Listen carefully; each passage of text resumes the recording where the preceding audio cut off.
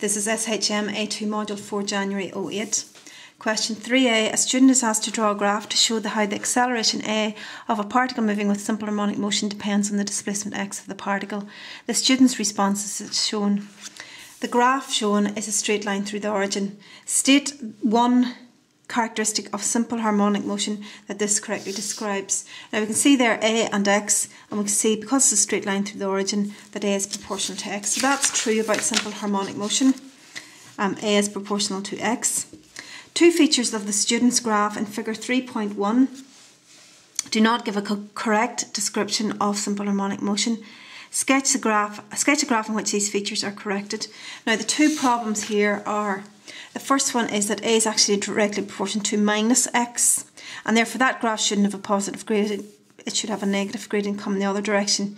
The other thing is that the maximum displacement or amplitude in the positive direction should be the same as the maximum displacement in the negative part of the graph, and therefore that line's not long enough. So we're going to correct that, and we'll just make sure that we've got a line.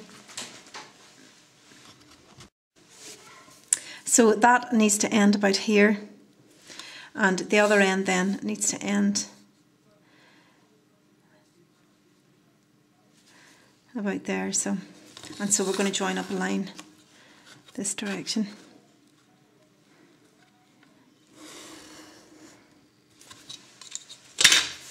And they're roughly about the same length there. So the two lines should be of equal length on each side. The defining equation for simple harmonic motion includes a quantity omega. State how this quantity can be obtained from your corrected graph. So we know that a is equal to minus omega squared x, and we've got a on the y-axis and x on the x-axis, and therefore the gradient of the graph, because it already has a negative gradient, I'm ignoring the minus. The gradient of the graph is equal to omega squared. So the gradient equals omega squared. Now they ask you state how this quantity can be obtained, so you must rearrange that and tell them how to get omega. So omega is the square root of the gradient of the graph, and that's getting you your two answers, or your 2 marks I mean. Okay, you don't have to do the next question because the equation's not on the specification anymore.